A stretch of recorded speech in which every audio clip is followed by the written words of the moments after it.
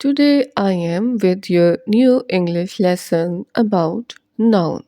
Do you know what are nouns? Nouns are actually the naming words, naming anything, any place, or a person, like tree, egg, road, gardens, cat, dog, birds.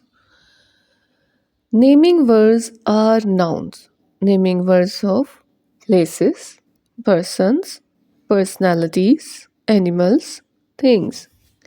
Well, I also invented a new noun. I invented a medicine. The medicine makes me laugh. I started giggling. I named the medicine.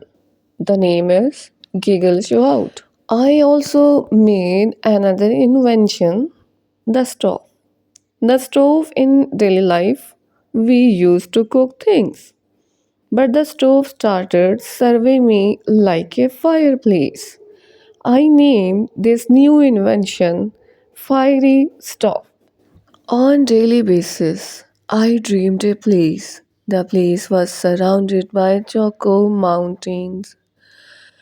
Ice was melting out from the glaciers, and it was also made of chocolate. Fountains were streaming out melted chocolates. I wanted to tell about this place to my friend, but I could not name this place. How I can tell it to my friend? I started to name the name that came into my mind. According to the situation, according to the place, I named it Choco Icy Fountain Lily. Now it's your turn to invent a new noun. It can be a place, it can be a person or a thing. Now we have to read about the types of nouns. There are two types of nouns, abstract noun and concrete noun. Abstract nouns are your feelings. Like, are you feeling happy or sad? Are you excited or bored? Yesterday, I confronted a lion. I was afraid of lion. He was very fierce. I started fearing. The fear is in my mind. I cannot touch my fear. I cannot see my fear, but I experience my feelings. So the feelings are abstract nouns. Whenever I go to natural places and sceneries, when I touch the trees and I lingered my fingers onto the bark of the tree, I started feeling fresh. I am in love with natural scenery. The love is I cannot touch my love. I cannot see my love, but I can feel it. These are my feelings. I don't know about the courage, but whenever I confronted with a lion or I confronted with thieves, robbers, I started facing them. I started fighting with them instead of hiding a place. I showed a courage. Courage is an idea is in my mind. I cannot see courage. I cannot touch courage. I cannot smell courage. So, courage is abstract noun. Let me tell you, concrete noun are those we can smell like food, we can touch like bed and wall, we can taste like an apple, we can see like a tree, we can listen like a music or a song. Abstract noun are those we cannot feel, we cannot see, and we cannot touch, like happiness, sadness, intellect, love. Now it is your turn to tell me about abstract and concrete nouns. Now it's the time of collective nouns. We have discussed abstract and concrete nouns. Have you ever seen the group of people like family? People are living in families and we call them a family of Peter, family of Henry, family of Isa, family of Moses, family of Jesus. So we call the group of people living together as a unit family. Have you ever seen birds flying in the sky? They are also in the form of group, and this grouping is called flock, a flock of bird. A herd of cows. What does a herd mean? A large social group of animals of the same species. A herd is less mobile and less structured, and herd is specifically mentioned with hoofed animals like cows, horses, zebras, and buffaloes. So, herd of buffaloes, herd of horses, herd of zebra, herd of cows. A swarm of bees.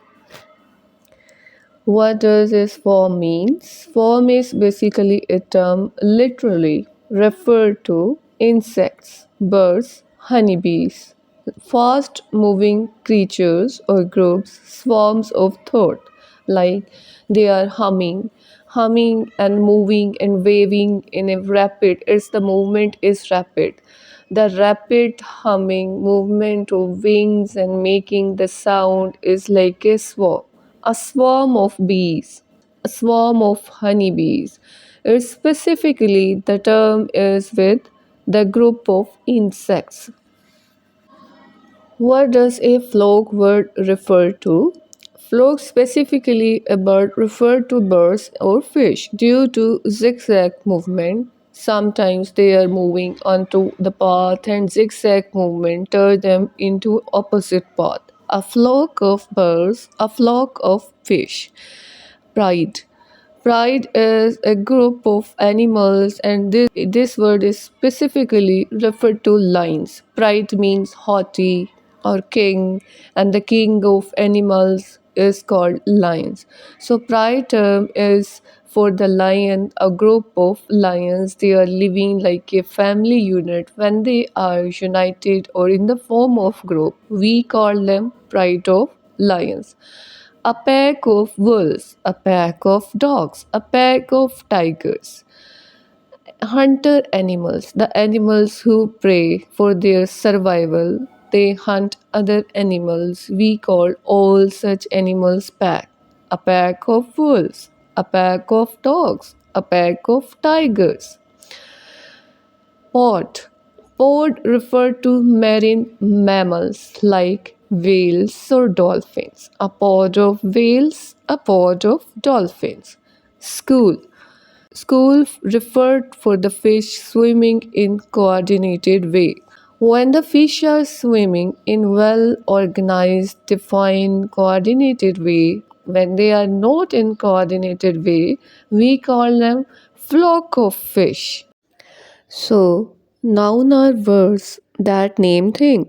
Concrete nouns are named for the things that you can see, touch, smell, or hear, like tree, egg, or a dog. What about abstract nouns?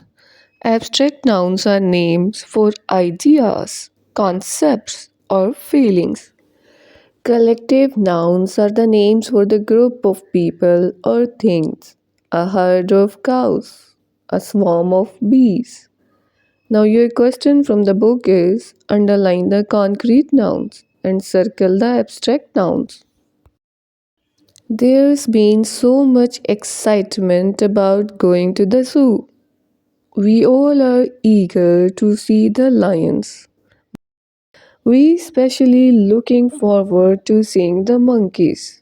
Ella has been scared of animals since childhood, though, so she'll need to find some courage to come along. Now it's your turn to point out abstract nouns and concrete nouns from the passage. Like I replaced the noun bottom and flowers and I made my own sentence. I feel excitement reading storybooks. The colony of ants really slowly along the path. I can change the colony of ants, a pack of dogs. A pack of dogs roaming around the road. A pack of dogs roaming for the prey.